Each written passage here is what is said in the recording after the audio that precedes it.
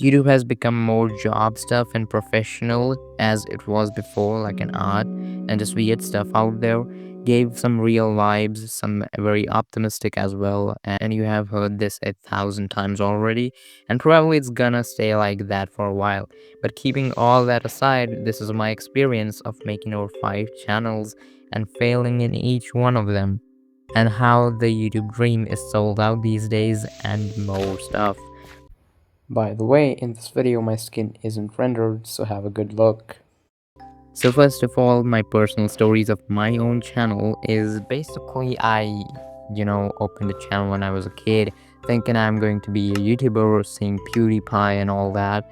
And the channel name was Astro. I told everybody, each of my friends and all that, and still managed to only get 16 subscribers in it.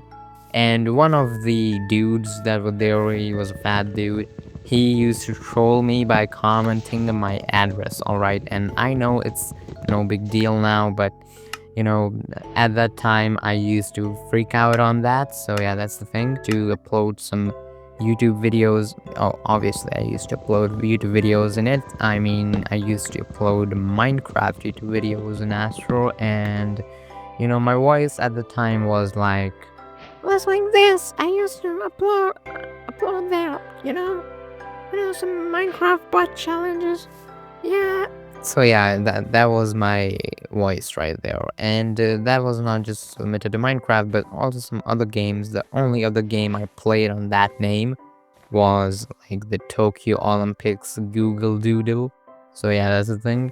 Other than that, the next channel I opened up was Tuna Cat.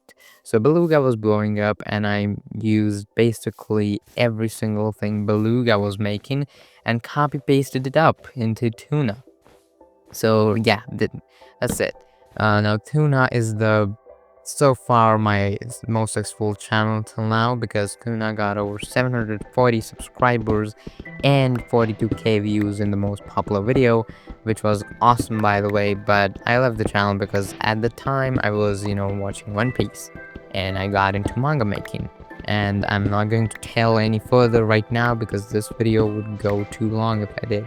Basically some more stuff, like after this I didn't made a channel for like an year or something, and then I made a channel, an animation channel, where I posted nothing at all, because animation is hard, and I'm into manga making, not animation exactly. Also, I watched a Technoblade clip saying that if you are making animations, probably don't. And I think, yeah, you can absolutely do that, but animation takes much hard work, then it gives results on YouTube, but sometimes it could, like, there are many animation YouTubers going on right now, which are like, who are uploading their first introduction videos and already getting many of views, hundreds and thousands of views. So yeah, that's a good thing.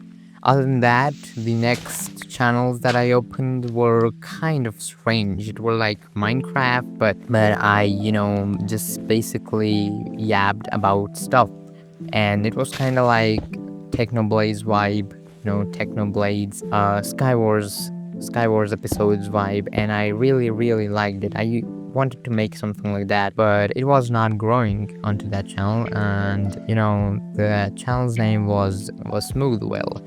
Okay, got like 19 subscribers, and it wasn't as much growing though. And I was also making more Minecraft stuff in it. My main essence was that I play Minecraft in the background, but ultimately yapped about anything and my stuff, and I was forgetting it slowly. And then I saw a YouTube video blow up, which was named "Can I Beat Minecraft While I Beat Myself, or While Beating Myself?" Yeah, it was kind of like that, by this dude Robro. And that video is a masterpiece, not gonna lie. But seeing how much views it got in the first week of release, I thought, okay, I want to make something like this. First, I'll grow my channel up, and then I can do the stuff of just, yapping about stuff whilst I play Skywars or something. But it didn't really work out. I made a Bedwars version on a channel named Dofty, and yeah, it got like 600, 700 views, but that's pretty much all. And I actually was lost again. Like, I genuinely wanted just to make those kind of skywars, Technoblade skywars type of vibe videos, and not this type of, no matter even if it's just for growing my channel. Other than that, there were like also many more channels right now that are doing kind of stuff like that, but they are only, talking about their problems and all that. I want to talk about it all, including it and including the fun stuff as well. So that's the thing. This channel's core inspiration is Technoblade's. Okay, it's Technoblade, and specifically his Skywars series. Technoblade's main game was Skywars, alright? He has the most videos on it, and so yeah, that's the thing about it. And other than that, yes, he also played Bed Wars with it. So yeah, Bed Wars, Skywars, or basically anything. The main point was yapping in the background. It was actually fucking fun to hear about and just watch. It felt like the old YouTube, the OG one, the actual stuff, raw and just real. And that's the thing. So it's gonna give kind of that vibes, but not exactly, because it's me. So it's also going to be giving me vibes, with mine as well. Now, many people thinks, the idea of being a YouTuber is so popular because anyone can do it. We have seen many people grow from, nothing at all. Like they were sitting just like us, just like normal middle class guy, and then they became a YouTuber just by uploading on a platform more and more. Like YouTube has now become more like a platform anyways. Previously it used to be just a weird place where you can upload your art and all that, and that's kind of a sad thing, I know. But thing is, even though that's the thing, it's still hard to grow on here. And it's hard to grow on here, but it's sold out like it's easy. Like you just gotta upload, and it just gotta will do it part, like upload your first video and make it so fucking good. It'll do your part. And sometimes it does, but in actuality it is hard, getting consistent on YouTube even after one blow up video. It's kind of hard, and if you are going to see it up, every single fucking channel has a downward slope. You are going to see a channel rise and rise, and it's gonna blow up, and it's gonna stay there for a while, but it's gonna go down again. People would stop watching it, and that's pretty much it. Every single channel faces this. Other than that, and mainly also the channels which are basically making stuff like that, today's YouTube stuff. If there is a channel which is making some raw stuff, which is making something real and not much of a, hyper edited and, shots type of stuff, I think it could still work, and it could still maintain a good amount of views even after a while, like you can see in Penguin Zero. And other than that, if you would see MrBeast, his most audiences are kids, and when they grow up, they are obviously not gonna watch him. Like me, I used to watch him, and now he's even more capitalistic. That's one more thing. But yeah, that's the thing. The people who are watching MrBeast right now are probably not going to watch it later on. Most probably, but there would be other kids to replace the audience, so yeah, it's alright, I guess. But there is going to be a lot of dead subscribers, if you notice, like PewDiePie has right now.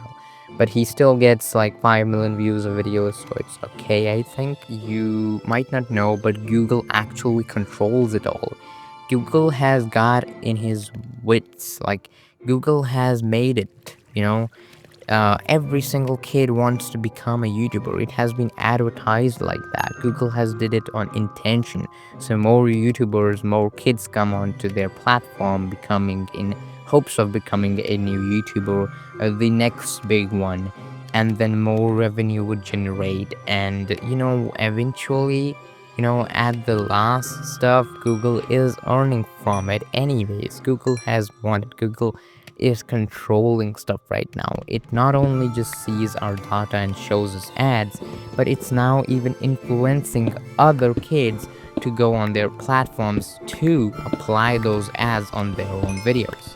It's basically a market fucking deal that Google is doing here. And that's the thing. That's the thing. Google is a capitalist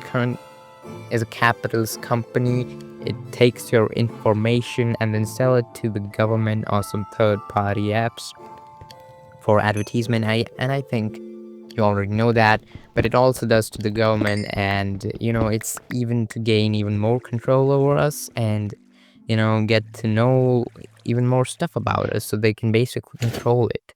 It's basically the capitalism stuff. Onto the dangers of YouTube, we already know many dangers, like the prominent ones being hate comments and all that, and some other ones being scam videos and fraud stuff. But what danger I'm talking about here is a big chunk and mass of YouTubers, is that they are dependent on YouTube. As soon as they have grown up their channels and are earning well, they're still dependent on YouTube. The moment it collapses, the moment YouTube's economy collapses, or basically, a crisis happens in the company, and every single channel's payments goes down. It's just dependent on it. Google can any single time make a new rule of giving the channels half the money they are already getting, and it's obviously going to face criticism and a lot. And that's why it's probably not going to do it, but I'm just giving an example. It can do it, and we won't be able to do anything about it. Not we, I mean those people, surely, who are totally dependent on YouTube for their income. They won't be able to do about anything on it. And that's why many people have, from YouTube also build stuff like Patreon, Discord, and even are on Instagram now. That all the channels are technically dependent on YouTube, and it could practically change any fucking time. The terms and services of YouTube, every single YouTuber fears seeing this one, man. Because from the last years, YouTube has been dropping stuff like out of nowhere. The CEO of YouTube, he even said that they are not going to use YouTube videos as to train their AI models, and he did not say it directly, but he was trying to make a point that yes, they are not going to do it. But we technically easily can conclude that yes, they are doing it. YouTube videos are now being used to make AI models without even the creators, to train AI models without even the creators' consents. And that's another big red flag. Not that the YouTube's logo itself is red, but yeah, that's kind of the thing. Anytime the terms of services happens, a big change is made throughout the YouTube, and negative more times than positive it is. And that's the thing. They make it every single time like this, and YouTubers kind of get out of it eventually. Like, you get my point, okay? They are dependent on YouTube, so every single time one of these comes up, they gotta follow it up, and some of these are extremely not so much demanded, but still there are. So yeah, the YouTube is changing rapidly even on this date. But actually lately there are videos of like the old editing style of YouTube, where it's not that much edited. It's the person you're watching the video for, not the content. You're watching the video because someone is telling you a story, or someone is just talking about stuff, and you watch it for them.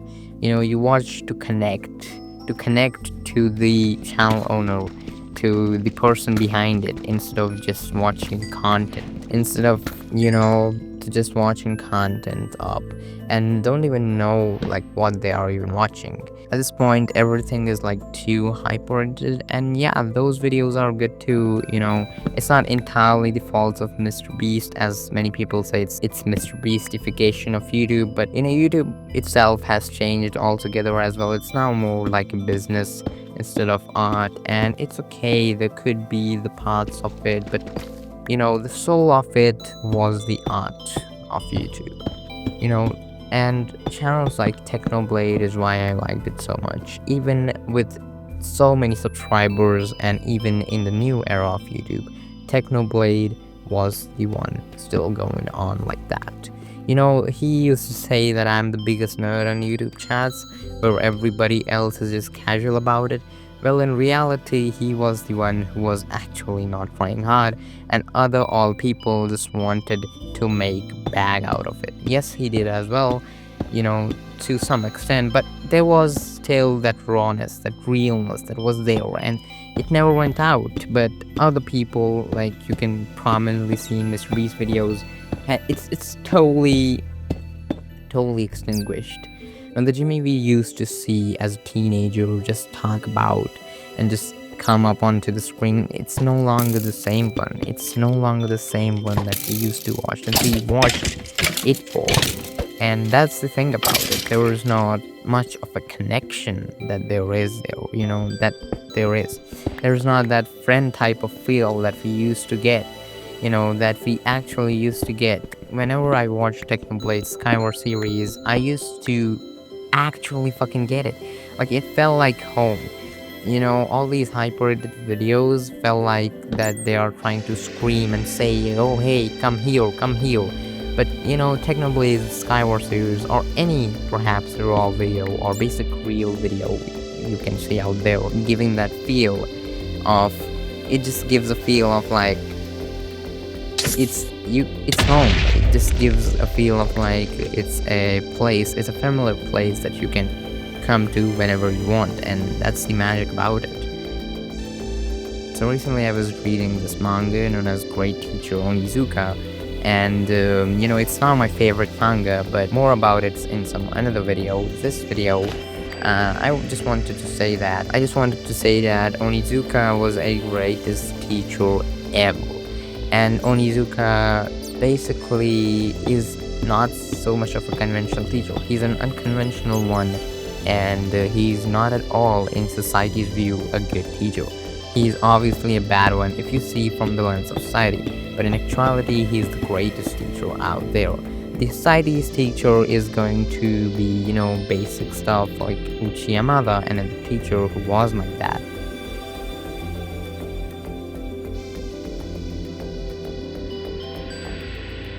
But they approach it with money, and basically they are going to teach him the stuff. They're going to deliver all the stuff, like they're going to deliver all the stuff to the students, like teaching them about whatever is in the textbook and all that.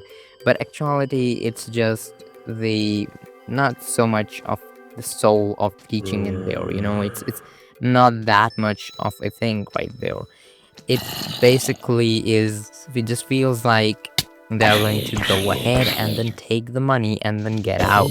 It's basically like a job, normal stuff, But great teacher Onizuka, and Onizuka himself, though, he is kind of a different one. He genuinely cares about his students, not like the others. And if you can relate it here as well, it's like he connects to his students instead of just, lecturing them about stuff. No, he is himself. He's no role of a teacher. He's just himself being right there with the students, like they are his friends. And if we can make out a metaphor for this one, it would sound cool, So if we could just make a metaphor for this one, it could be like, a YouTuber who's just raw out there.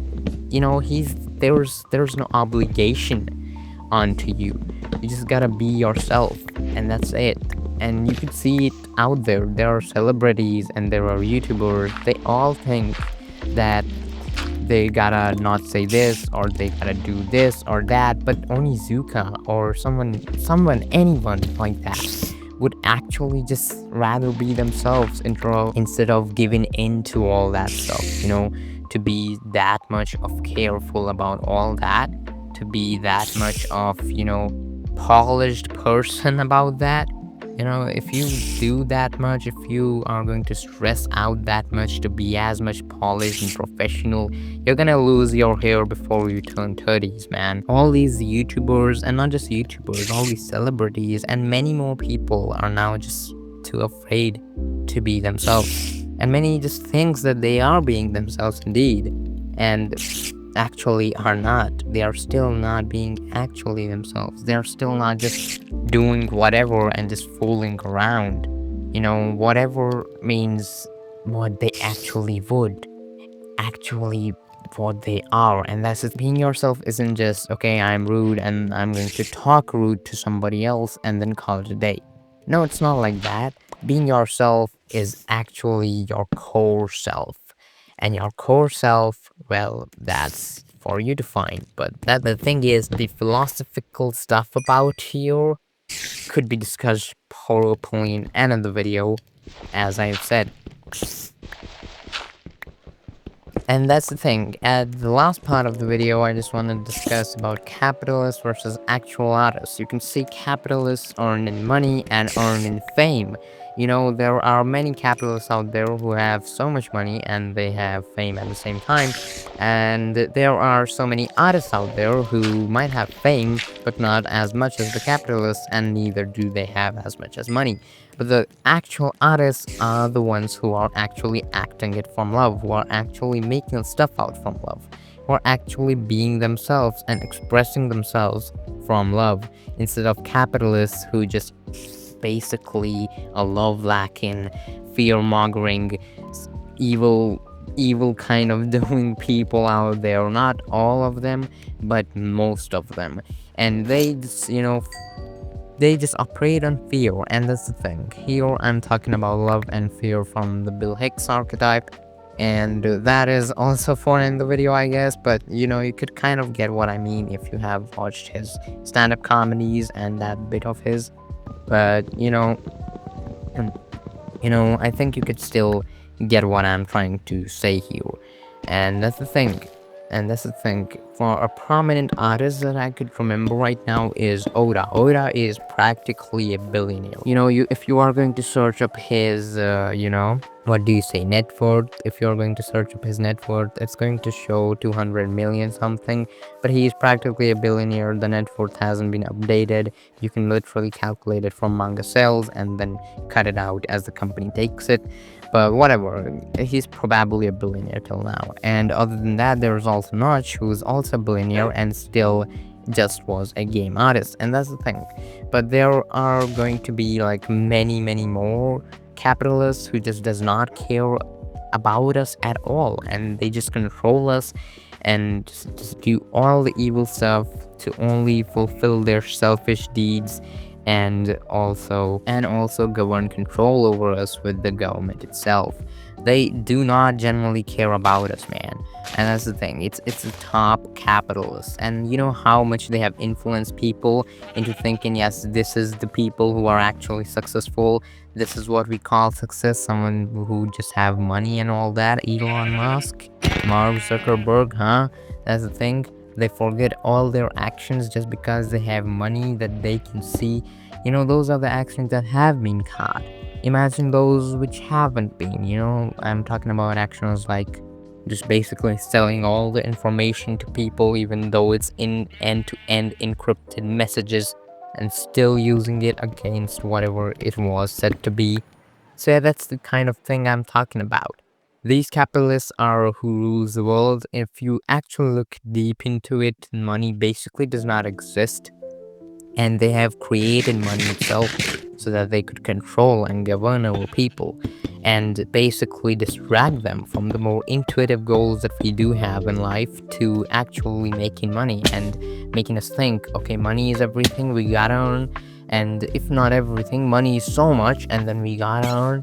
And it's working already. You can see all the people out there in front of you that are actually chasing money like it's a fucking actual real goal or dream, where it's actually just, if you think about it, just some fear stuff about it. They are chasing money, instead of financial freedom or something.